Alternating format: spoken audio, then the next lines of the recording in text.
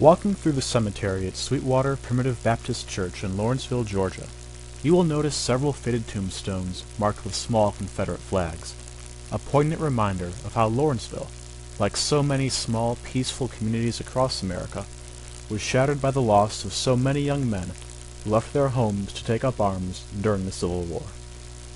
On August 11, 1861, one of the young men now commemorated in the Sweetwater Cemetery walked down the steps of his family home, which can still be seen just beyond the graveyard, and left Georgia for Richmond, Virginia. This soldier's name was Eli P. Landers, and from the day he left home until he died of disease in October 1863, he recorded his experiences of war in letters home to his mother in Lawrenceville. Now, we'll use the tools on Walking Their Footsteps to follow Eli's path across the battlefields of Virginia. To start our search, we'll go to the Walking Their Footsteps homepage and click Begin. Let's say we don't know much about Eli Landers or which regiment he fought in. To help narrow our search, we'll go to the Starting Your Search page.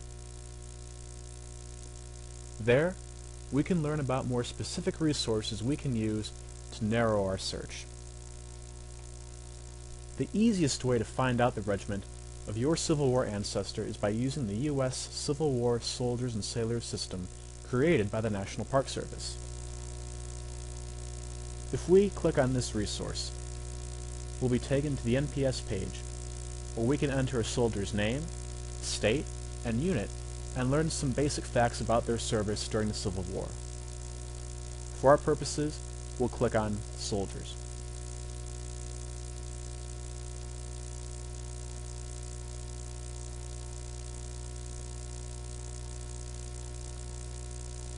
We'll enter Eli Landers' last name. We won't enter his first name because sometimes it's best to keep these searches broad in order to yield as many results as possible. We will enter the fact that he was a Confederate and that he came from Georgia. We'll also enter infantry as the function of his unit. When we submit our query, we can see that the list of Landers who fought in Georgia's infantry forces is very large indeed. We're looking for one, however, Eli P. Landers. It seems that the Landers who is closest to our search is E. P. Landers, who served in the 16th Regiment, Georgia Infantry. This looks like our soldier, so we'll click on it to find out more. Here, we can learn that E. P. Landers, or Eli P. Landers, served in the 16th Georgia Infantry in Company H. He entered the service as a private and left as a private as well. Now that we know this basic information about Landers' unit and the rank he held and where he served, we can return to Walk in Their Footsteps and use this information to learn more about his regiment and which battles he fought in Virginia. We'll start by clicking Confederate. We'll then choose, under the Regiments tab, 16th. Under the State tab, Georgia. And under the Branch tab, Infantry. When we submit our search, we'll find the 16th Georgia Infantry Regiment. If we click on Overview, we'll be able to read a short history of the unit and maybe see a picture of the soldier. Here we see Captain Horatio Goss McMullen of Company C in the 16th Georgia Infantry Regiment. We also read that the 16th Georgia fought in engagements from Yorktown to Appomattox Courthouse. We also can read that the regiment began its service with a force of 488 effectives in April 1862, and when it surrendered at Appomattox Courthouse, it only numbered 2 officers and 51 men. The regiment obviously sustained very heavy losses during the war, and to find out more about its service and why it suffered so much, we'll click on the Engagements tab, where we can see the battles in which this unit fought.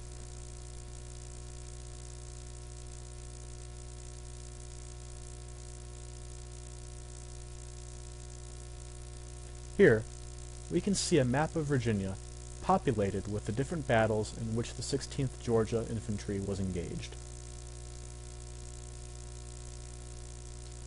The pins marking each battle site are color-coded by year: white for 1861, yellow for 1862, blue for 1863, red for 1864, and green for 1865. We know that Eli Landers died in the fall of 1863 from disease, so we'll select the battles from 1861, 62, and 63, which are the ones in which he fought. We know Eli Landers' regiment fought in the Peninsula Campaign. The starting battle for that campaign was Yorktown, fought between April 5th and May 4th, 1862. We'll add this battle to our battle plan. At the end of our search, we'll have a battle plan that will organize an itinerary for us to visit the different sites where Eli Landers and his regiment would have fought in Virginia. We'll also select Malvern Hill, another battle of the Peninsula Campaign,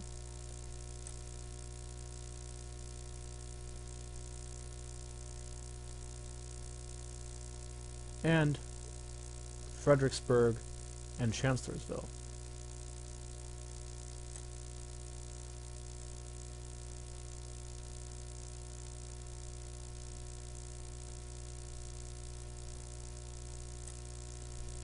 And before we take a look at our battle plan, we might want to learn more about some of the specific engagements that we clicked on.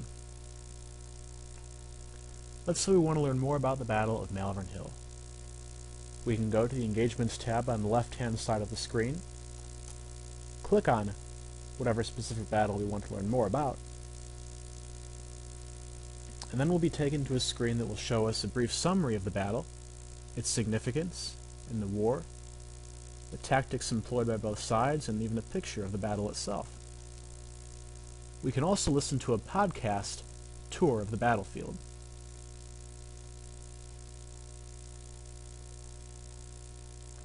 Now that we have selected our battles and learned a bit more about them, we can take a look at our itinerary and plan our trip to Virginia to walk in the footsteps of Eli Landers. Here, we can see a list of all the units we selected. Not only can we read more about the history of these engagements, we can also see a list on the right-hand side of different area attractions related to the battles in question. If we wanted to go see the battle site on Malvern Hill, for example, we would be directed to visit the Civil War Visitor Center at Tredegar Iron Works in Richmond, Virginia. During the war, the Tredegar Iron Works was a factory used to produce cannons for the Confederate armies.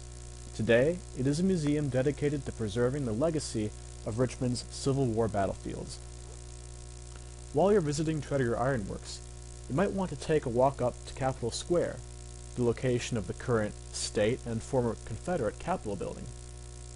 While you're in Capitol Square, you'll also see the George Washington Monument, the same monument that Eli Landers described in his letters as away up a stack of fine rock, on the largest horse I ever saw. The horse and man looks as natural as nature itself. Just get out of the way, because it looks like it's coming right into you.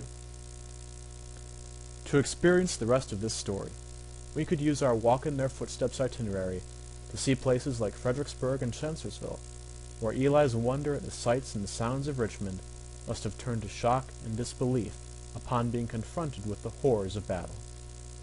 To experience the stories of your own Civil War ancestors firsthand, you can use the same tools we've used here to trace your heritage and walk in their footsteps across the battlefields where they fought for the future of our nation.